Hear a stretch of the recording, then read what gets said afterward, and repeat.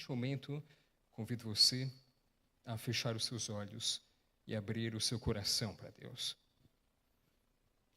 Bom Deus, nós agradecemos o seu amor infinito para conosco e essa oportunidade de estarmos na tua casa para aprendermos mais do teu amor.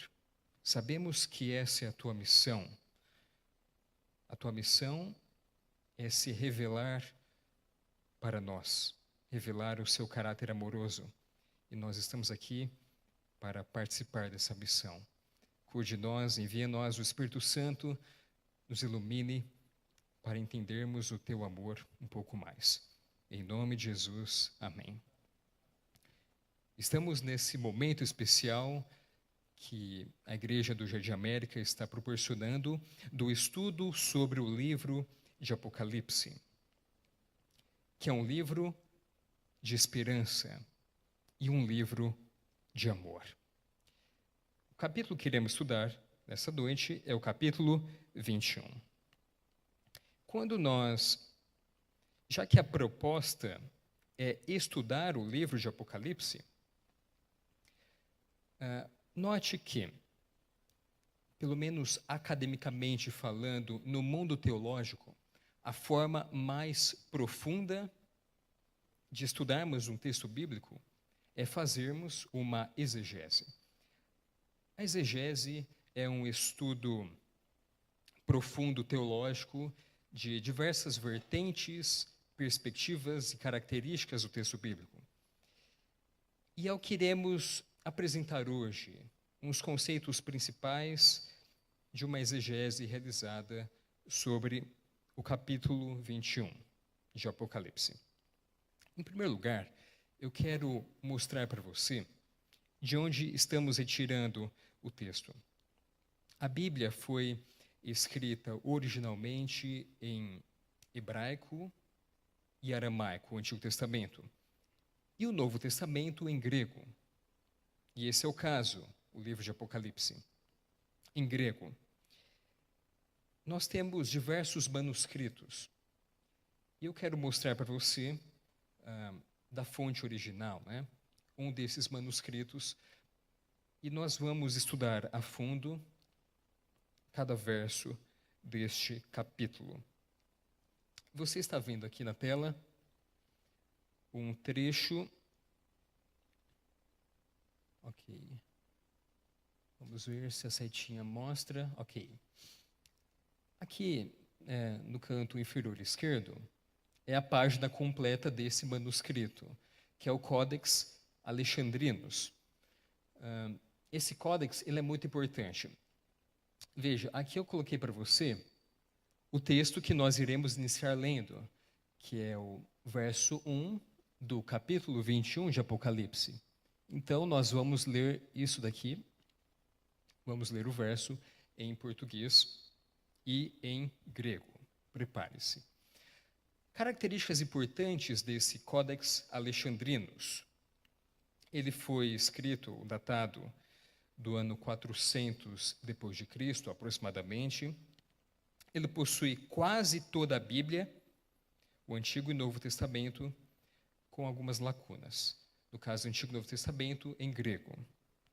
Ele foi escrito em grego koiné, que era uma espécie de grego do povo, que o povo utilizava naquele tempo, como se fosse o inglês do mundo antigo. A escrita é uncial. A escrita uncial nada mais é que uma espécie de caligrafia das letras gregas que você está vendo aí. Foi escrito em um pergaminho, esse era o material feito. Durante o pergaminho, na escrita do pergaminho, nós temos ilustrações, temos decorações. Esse manuscrito foi descoberto no século XVI. Atualmente ele se encontra na Biblioteca de Oxford. E ele é muito importante porque ele é um dos manuscritos mais completos da Bíblia, no grego antigo.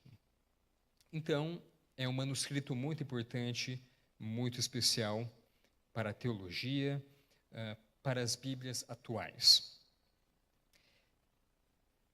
Mas ainda no mundo teológico, existem muitas interpretações e visões sobre a própria Bíblia.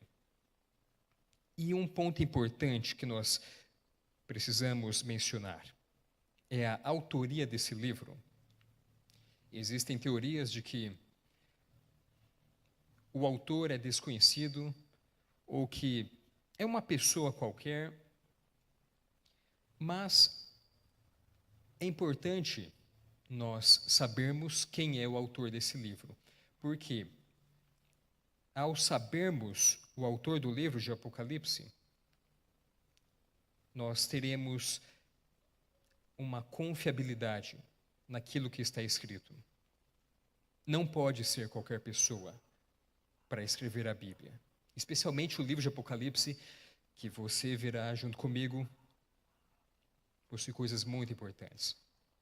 Então, um dos primeiros argumentos é o próprio verso 1 do capítulo 1 de Apocalipse, que está escrito: revelação de Jesus Cristo, que Deus lhe deu para mostrar aos seus servos as coisas que em breve devem acontecer, e que ele, enviando por intermédio do seu anjo, notificou ao seu servo João. Quem escreveu o livro de Apocalipse? João. E ele já começa o primeiro verso do livro dizendo que ele mesmo escreveu. Isso é muito importante. Uma outra referência, o teólogo romano Justino Mártir,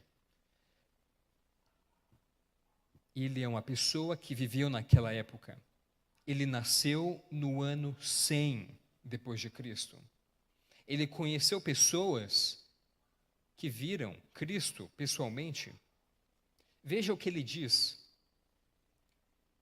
E ainda havia conosco um certo homem, cujo nome era João, um dos apóstolos de Cristo, que profetizou por uma revelação que lhe foi feita, que aqueles que acreditavam em nosso Cristo viveriam 1000 anos em Jerusalém.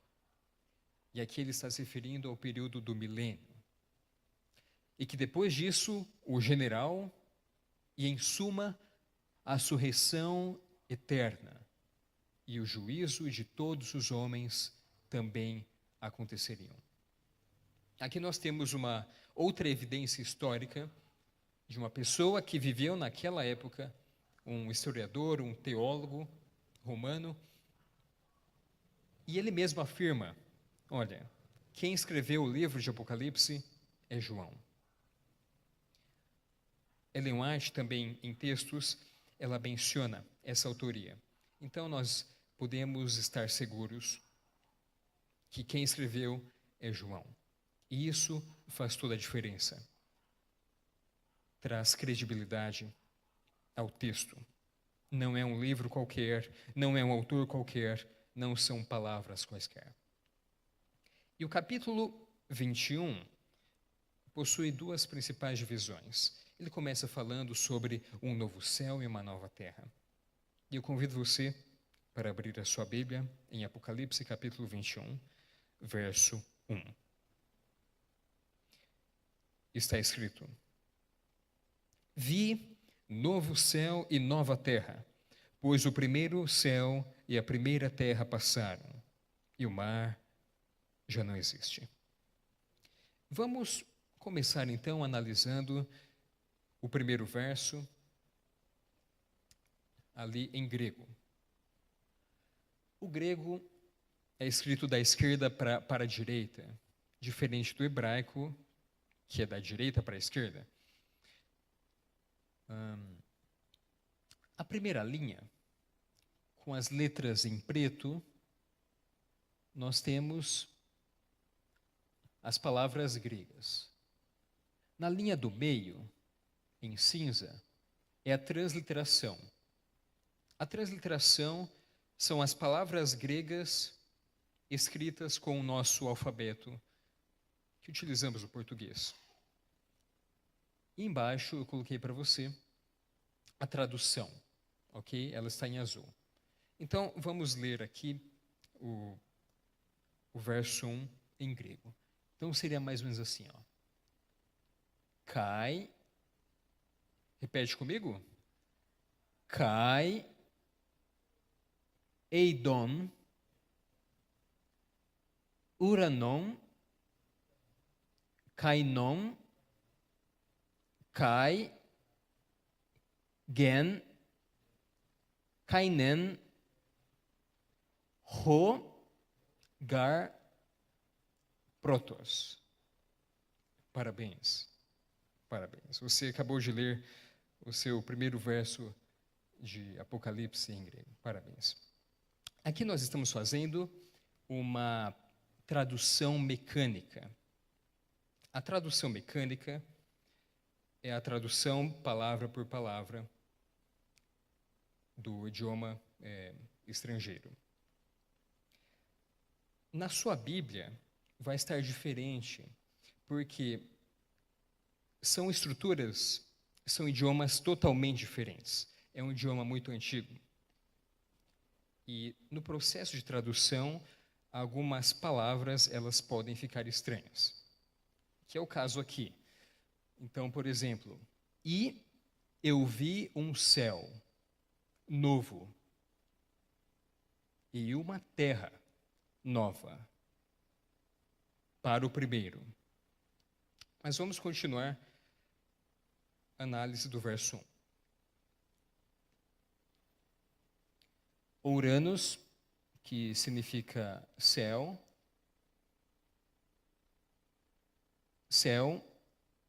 e o primeiro terra faleceu. Na sua Bíblia, talvez esteja passou ou passaram, pois o primeiro céu e a primeira terra passaram. Mas note, fazendo a nossa tradução mecânica, faleceu. O primeiro céu e a primeira terra faleceram. E o mar não mais. Ou seja, eles não mais existem. Nesse processo de análise, nós veremos coisas que talvez não seja possível ver no português, ok? Mas todas as versões ou traduções da Bíblia são utilizadas por Deus. Tenha certeza disso. Agora vamos analisar as palavras-chave que vimos no verso 1. Vamos destacar a palavra novo. A palavra novo em grego é kainos. Significa novo, feito recentemente, fresco, recente, não utilizado, não usado. Fala sobre substância, uma substância nova, de um tipo novo, sem precedentes, é incomum, é inédito. É um novo céu e uma nova terra, totalmente novo, inédito. Deus não está pegando a terra, aquilo que já existe, e está remendando, ou está retocando, está colocando um detalhe a mais, está lustrando, está polindo. Não. É totalmente novo. É do zero. A vida que você vive hoje será totalmente nova. O que você passou aqui nessa terra não mais existirá. Será totalmente restaurado. Não haverá indícios. Não haverá fragmentos ou resquícios daquilo que é mal. Haverá lembranças, sinais de Deus para mostrar o sacrifício infinito que Ele fez por você. Vale destacar aquela próxima palavra também. Faleceu. Faleceu a primeira terra e o primeiro céu faleceram. A palavra aqui é apiltan. Indica a conclusão de uma ação de ir embora. A chegada ao destino, a distância do ponto de partida. É passar, passou. Um ato que continua por um tempo. Falecer, perecer. Todo o sofrimento que você passa aqui. O próprio sofrimento irá falecer. Ele chegará no seu destino final. Passará. Não mais existirá. E não mais voltará. Agora vamos para o verso 2. Apocalipse capítulo 21, verso 2. Está escrito: Vi também a cidade santa, a nova Jerusalém, que descia do céu da parte de Deus, ataviada como noiva, adornada para seu esposo.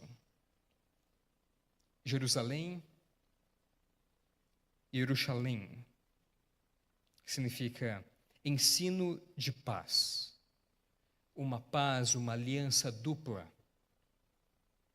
Porque ela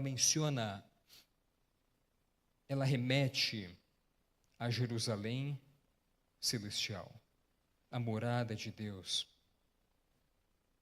o lugar que Ele está preparando para nós.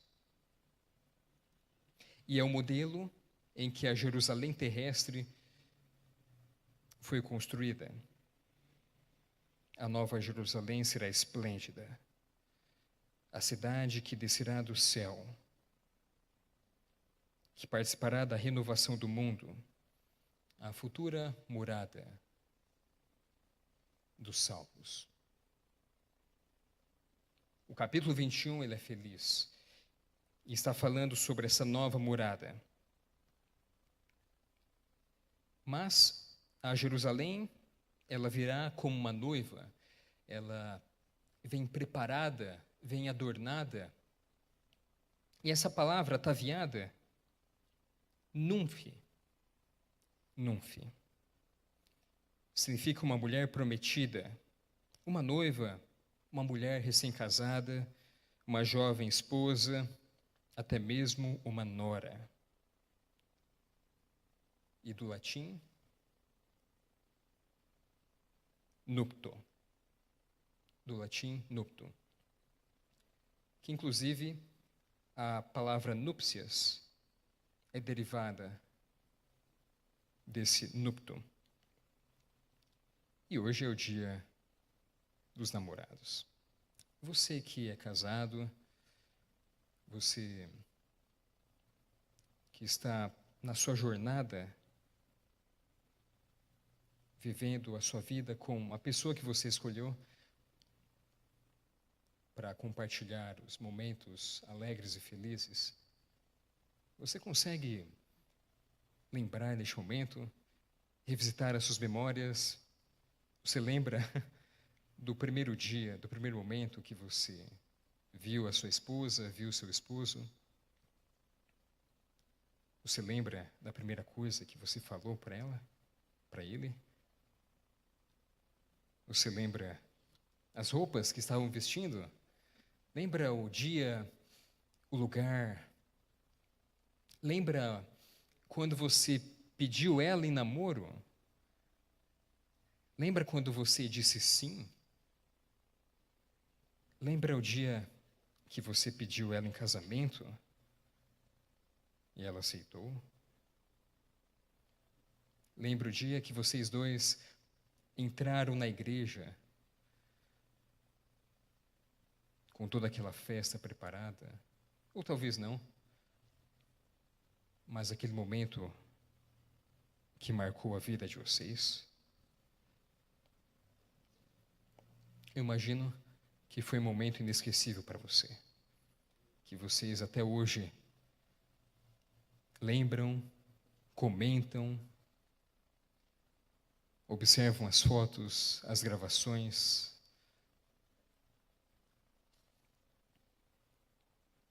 E esse é o momento que a noiva está descendo. A noiva, a cidade santa, a nova Jerusalém, está descendo. É um momento único em todo o universo. Um momento feliz, um momento de amor. Um evento, um momento marcado pela eternidade. A noiva adornada para o esposo, para Jesus. Agora vamos para o verso 3. Está escrito: Então ouvi grande voz vinda do trono, dizendo: Eis o tabernáculo de Deus com os homens, Deus habitará com eles. Eles serão povos de Deus, e Deus mesmo estará com eles. Aqui a palavra para tabernáculo é skene. Se refere ao templo móvel de Deus, o modelo sobre o qual o templo de Jerusalém foi construído. Deus quer morar com o seu povo. E ele morava, mas o pecado chegou e rompeu essa moradia, esse relacionamento, esse contato. Mas Deus cria seus planos para encontrar o ser humano de volta.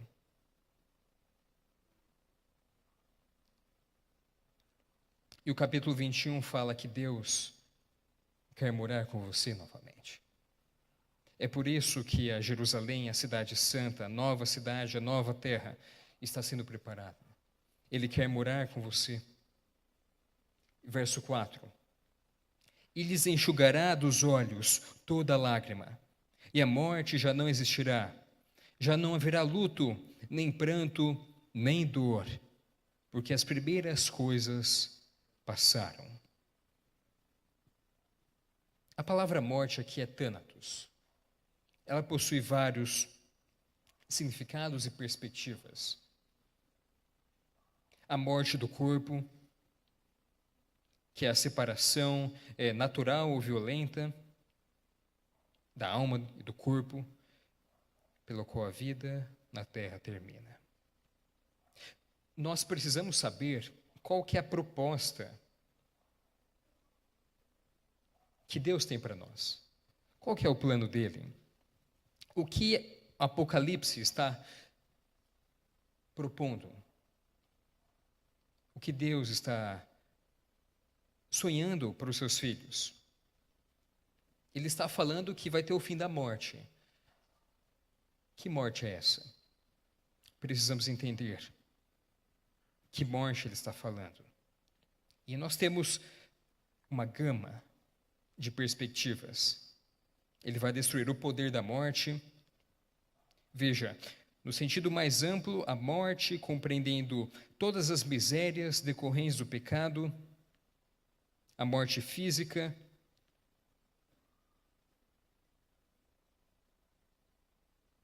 também temos a ideia implícita da miséria do inferno, um mundo inferior, uma morada dos mortos, uma região de trevas, ignorância e pecado. Veja que o conceito grego de morte, ele vai além daquilo que a Bíblia diz que é morte. O que a Bíblia diz que é morte? O ser humano é uma alma vivente. Nós não temos uma alma.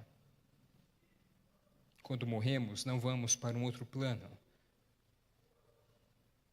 Quando uma pessoa morre, ela deixa de existir. Não temos uma alma, nós somos uma alma vivente. E o conceito grego, especialmente com o dualismo platônico, apresenta ideias diferentes. Quando alguém morre, vai para outro plano, ou talvez vai para o céu direto, ou vai para o inferno, ou fica num limbo, num purgatório, ou reencarna, enfim, existem várias teorias. A Bíblia diz que a pessoa deixa de existir. É como se fosse um sono para aguardar a volta de Jesus. Mas o interessante é que o conceito de morte, aqui no capítulo 21, verso 4, ele diz que a morte não mais existirá. Não apenas a morte que a Bíblia diz que é, mas todas as ideias de morte, todas as perspectivas de morte, tanto a certa quanto as erradas, não mais existirão. Pois é ela que causa as lágrimas, o luto, o pranto, a dor e o sofrimento. Por quê? Porque ele faz nova todas as coisas. Verso 5. E aquele que está sentado no trono disse: Eis que faço novas todas as coisas. E acrescentou: Escreve, porque essas palavras são fiéis e verdadeiras. E aqui novamente temos a palavra nova. Porque no verso 1 nós lemos que tem um novo céu e uma nova terra. E aqui ele diz: faço novas todas as coisas. É do zero. É algo que não existe. Que não existia. Não é um remendo. Não é um conserto. É novo. É a palavra fiel, pistós. Pistós tem a ver com fidelidade. São as pessoas que se mostram fiéis na transação de negócios, na execução de comandos ou no desempenho de deveres oficiais. Uma pessoa fiel é alguém que se pode confiar. Deus disse que Ele vai fazer novas todas as coisas. Perceba o contraste com as mentiras da serpente lá no Jardim do Éden. Ela também diz várias coisas para a humanidade. Mas as coisas que a serpente disse para Adão e Eva não são novas. Ela não prometia coisas novas. E ela não era fiel. Deus promete coisas novas e Ele é fiel. Ele é fiel porque Ele cumpre o que diz e é verdadeiro. Aquilo que Ele diz é verdade. A serpente disse que se eles comessem, eles não iriam morrer. Mas a morte chegou. A serpente não é verdadeira. Mas Deus é. Deus é. Deus é verdadeiro, é verídico, é sincero, é factual. Ele não apenas parece, mas Ele é. E agora vamos para o verso 6, que está escrito: Disse-me ainda, tudo está feito, eu sou o alfa e o ômega, o princípio e o fim. Eu, a quem tem sede, darei de graça da fonte da água da vida. E aqui eu coloco para você 2 símbolos muito importantes. Em vermelho, aqui nós temos essa primeira letra aqui da esquerda. Essa letra aqui é a primeira letra do alfabeto grego, que é o alfa. E essa letra do lado aqui é a última letra do alfabeto grego, que é o ômega. Aqui em azul, nós temos o Aleph, que é essa letra da esquerda. O Aleph é a primeira letra do alfabeto hebraico. E à direita, o Tav. O Tav é a última letra do alfabeto hebraico. Porque ele é o alfa e o ômega, o princípio e o fim, o Aleph e o Tav. Ele criou todas as coisas, tudo veio dele. Ele é o motivo de tudo existir. É por causa dele. E é por isso que a vida vem dele. E como ele é o início e o fim, ele pode criar o que quiser. Também não importa qual seja o início da sua vida, por quais coisas a sua vida tem sido marcada, o que importa é que ele pode recriar tudo, porque ele é o Todo-Poderoso, ele é o soberano. Ele é o alfa e o ômega, o princípio e o fim. Ele dá de graça da fonte da água da vida. A palavra vida aqui é Zoe. É uma vida real, uma vida plena, genuína, uma vida perfeita, vigorosa, uma vida consagrada a Deus. É a vida daqueles que depositam a confiança em Cristo. Mas depois da ressurreição, para ser consumada por novas adesões, entre elas um corpo mais perfeito, e viver para sempre. A vida que ele propõe aqui é uma vida Zoe, uma vida plena, uma vida eterna ao lado dele, que é o contrário da vida psuche à sua direita, que é uma outra palavra para vida, também mencionada pela Bíblia. Só que psuche é uma vida passageira, efêmera, uma vida que tem uma curta duração e é uma vida que não está relacionada com a fonte da vida. Ele está oferecendo para você a vida eterna. Verso 7. E o vencedor herdará estas coisas, e eu lhe serei Deus, e ele me será filho. Nem todos são filhos de Deus. O filho de Deus é aquele que reverencia a Deus como seu pai. Os adoradores piedosos de Deus, aqueles que possuem um caráter e uma vida que se assemelham a Deus, aqueles que são governados pelo Espírito de Deus, o Espírito Santo, e que depositam em Deus a mesma confiança que depositaria em seus pais.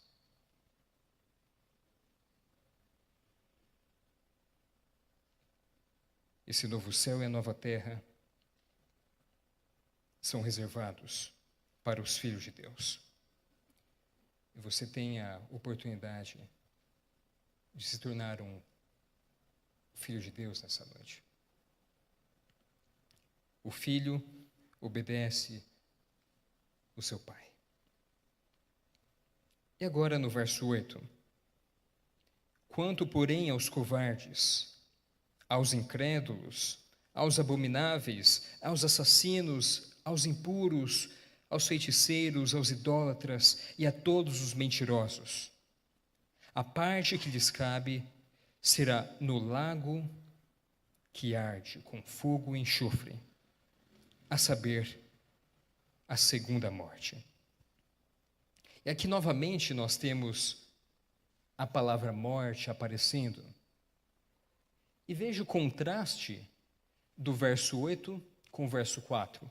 Porque nós já vimos a palavra morte, Thanatos. Já vimos os significados dela.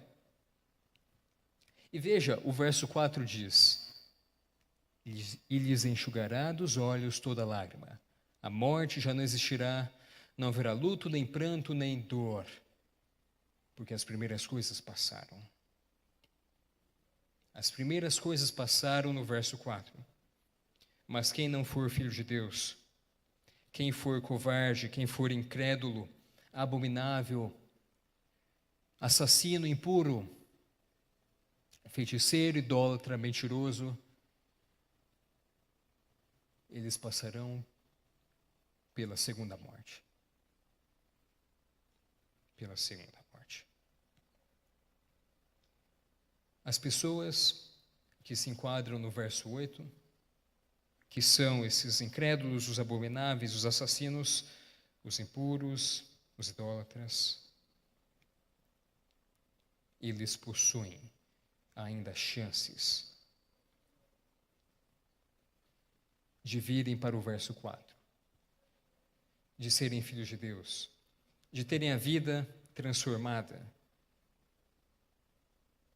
porque Deus é o alfa e o ômega, o princípio e o fim.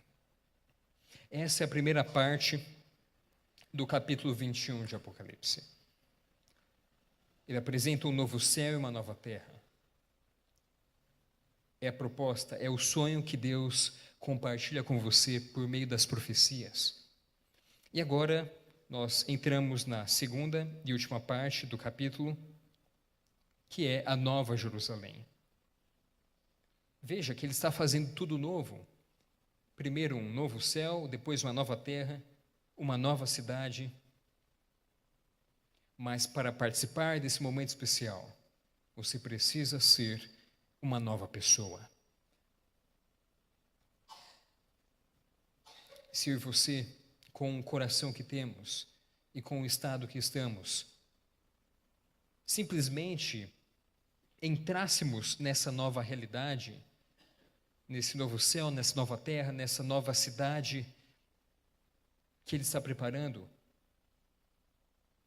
nós estragaríamos esse novo céu, essa nova terra e essa nova Jerusalém. Estragaríamos, mesmo ela sendo novinha em folha. E é por isso que nós precisamos ser novos também, para participar desse sonho de Deus para nós. E agora vamos para o verso 9.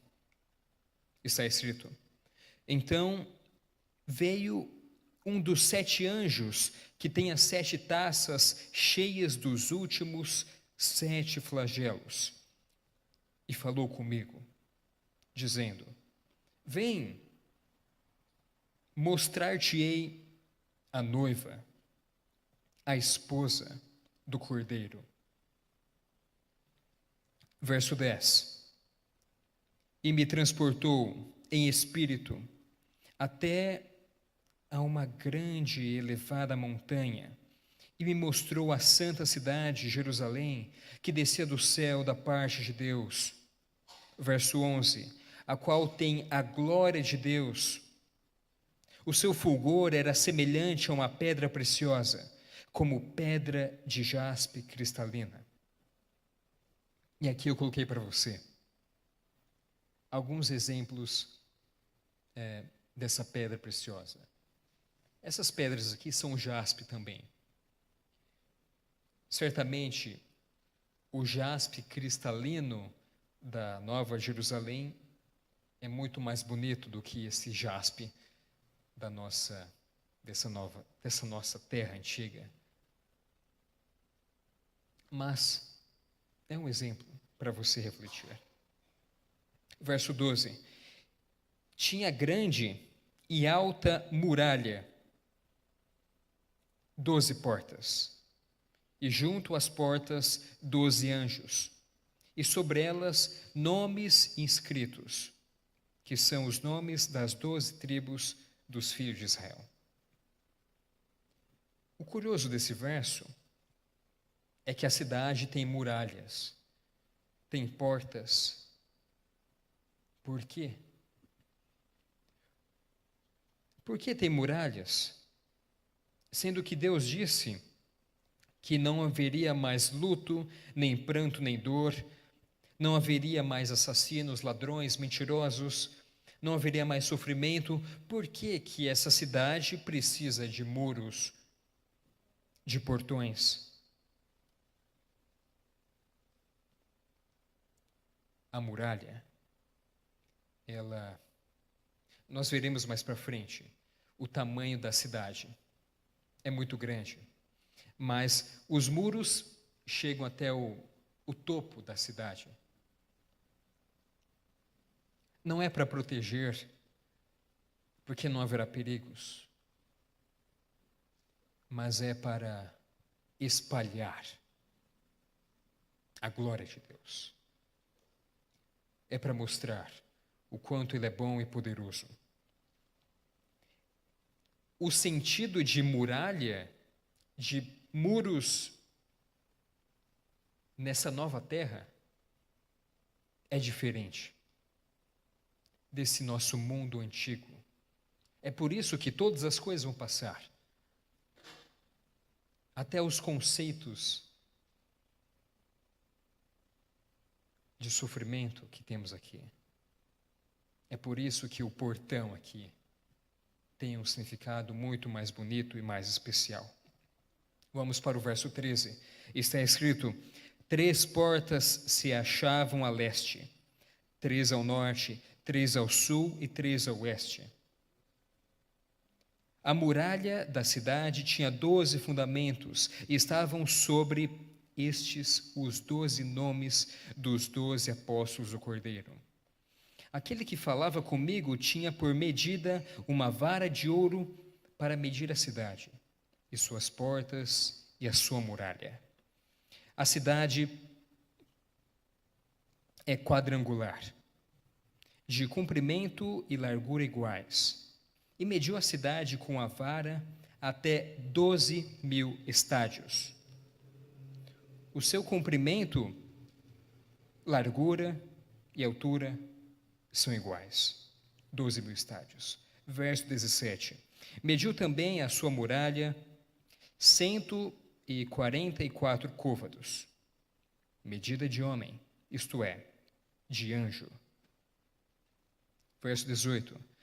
A estrutura da muralha é de jaspe. Também a cidade é de ouro puro, semelhante a vidro límpido.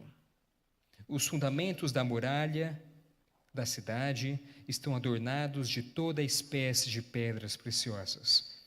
O primeiro fundamento é de jaspe, o segundo de safira, o terceiro de calcedônia, o quarto de esmeralda. Verso 20.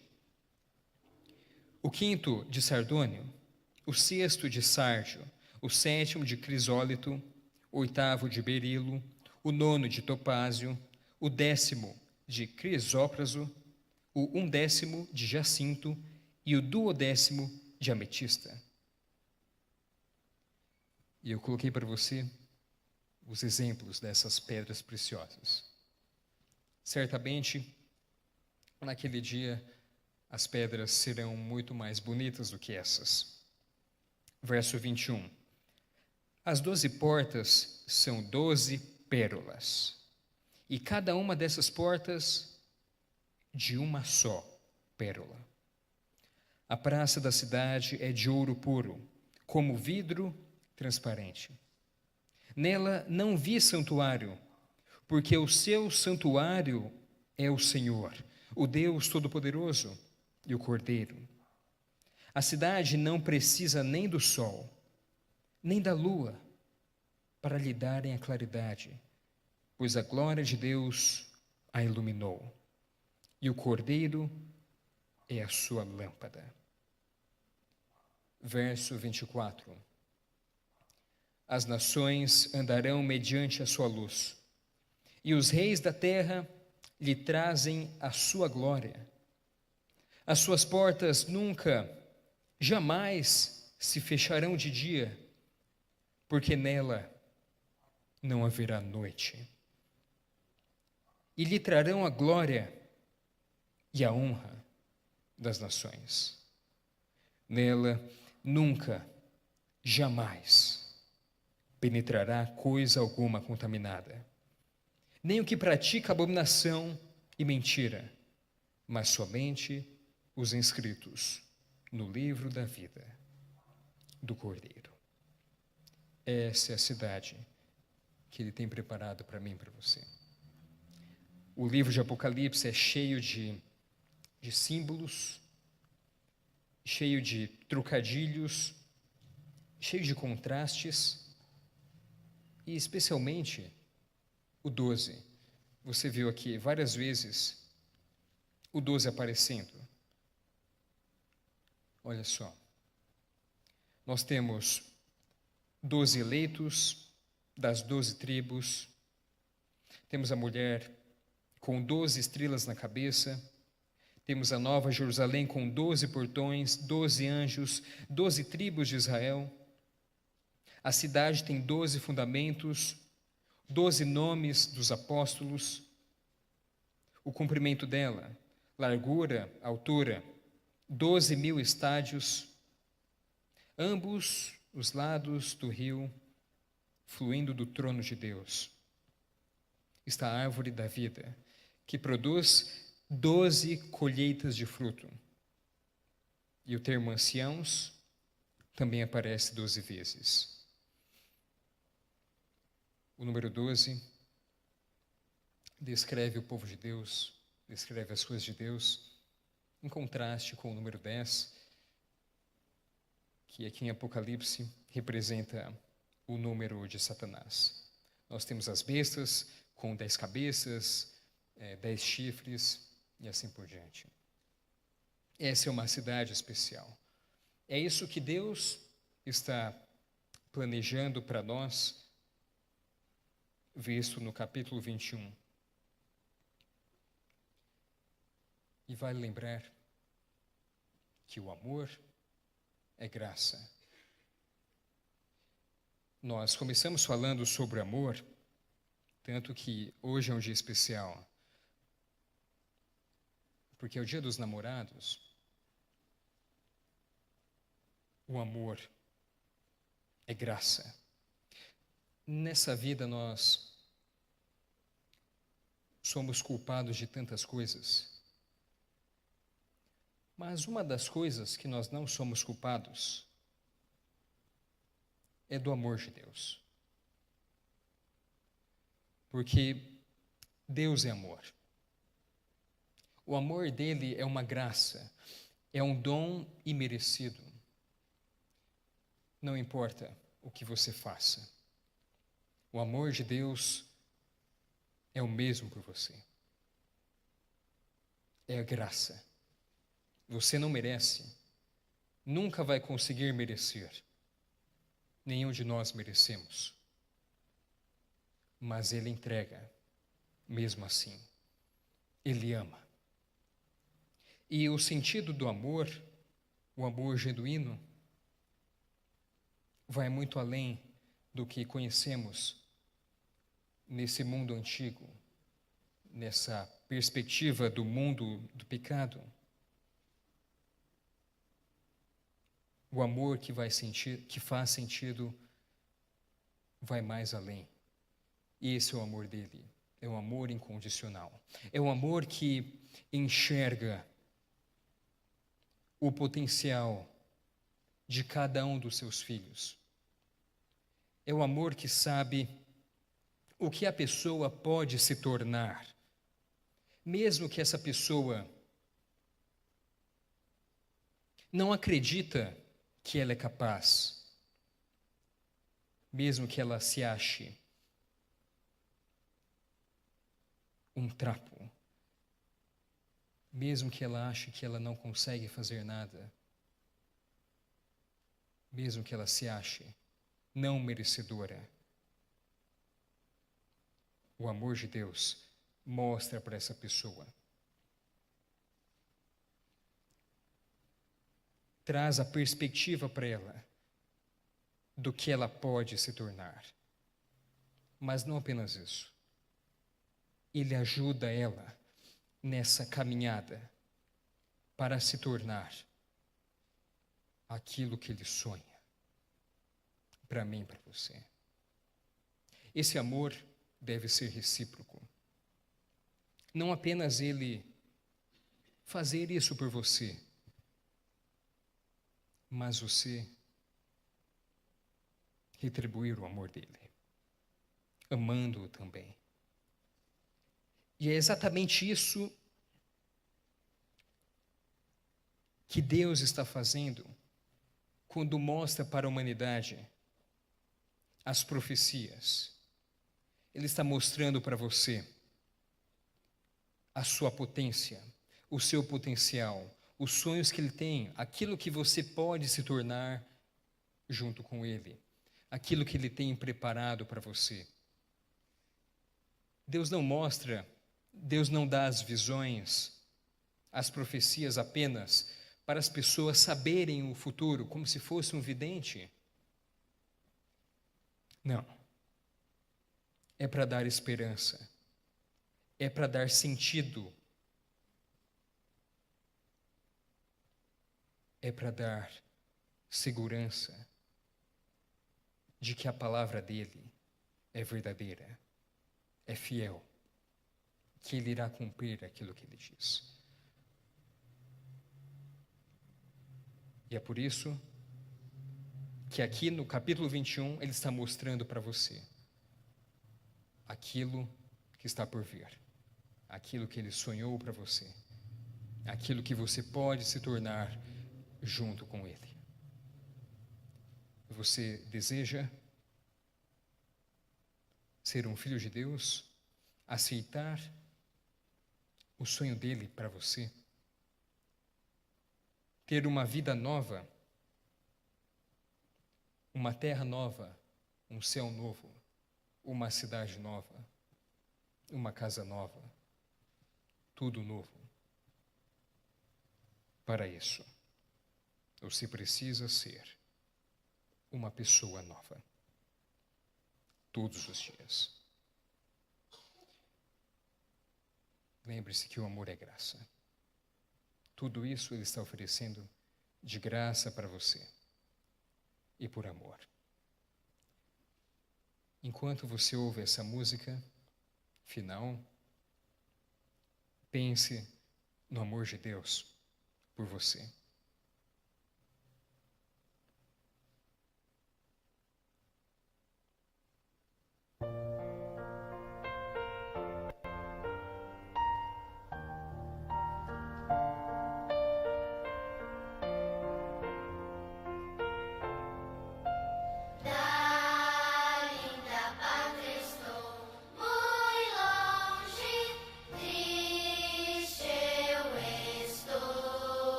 Cristo me deu fiel promessa, vem me buscar. Meu coração está com pressa, eu quero já voar. Meus pecados eram muitos e culpados sou, mas o seu sangue põe-me limpo e para a pátria vou.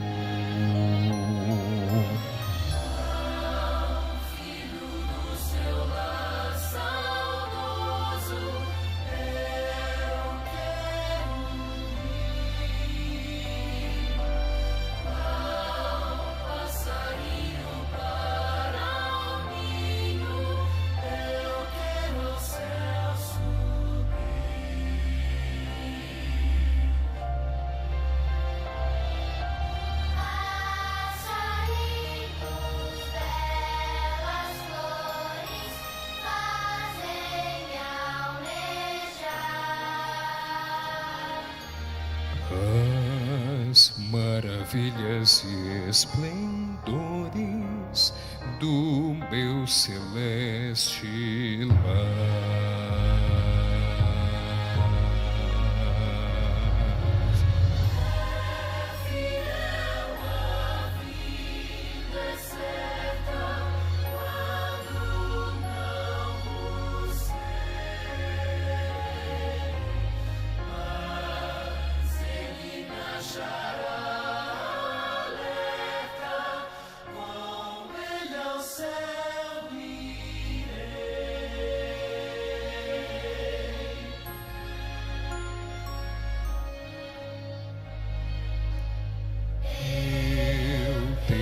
de Jesus, saudade. Quando será que vou?